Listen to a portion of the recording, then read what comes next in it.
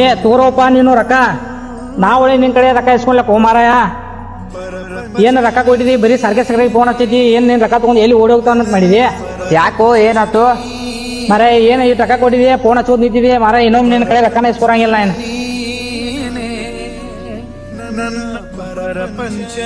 ಸಾವಂತನ ಅನ್ನಾಗ ಯಾಕಂಗ್ ಮಾತಾಡಿ ತಪ್ಪು ಮಾಡಿ? ಏ ನಾ ಏನ್ ತಪ್ಪು ಮಾಡಿದಾನೋ? ಏನೋ ಕಷ್ಟ ಟೈಮ್ದಾಗ ರೊಕ್ಕ ಕೊಟ್ಟಿದ ಮತ್ತ ಆ ಪತಿ ಫೋನ್ ಹಚ್ಚೋದ್ ನಿಲ್ಲೋದೈತೆ.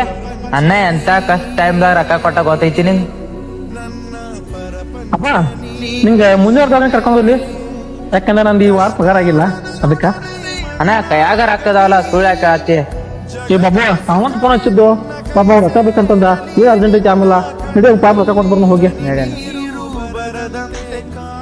ಬದ ಎಂತ ದೊಡ್ಡ ತಪ್ಪು ಮಾಡಿ ನೋಡೋಣ. ಫಸ್ಟ್ ಹೋಗಿ ಸಾರಿ ಕೇಳ್ಬೇಕು ನಾ. ಕೆಲವೊಂದು ಸಲ ಒಳ್ಳೆ ಮನಸ್ಸಿನಿಂದ ಮಾಡಿದ ಸಹಾಯ, ಒಳ್ಳೆಯವರ ಜೊತೆ ಮಾಡಿದ ಸ್ನೇಹ ಎಂದಿಗೂ ವ್ಯರ್ಥವಾಗುವುದಿಲ್ಲ.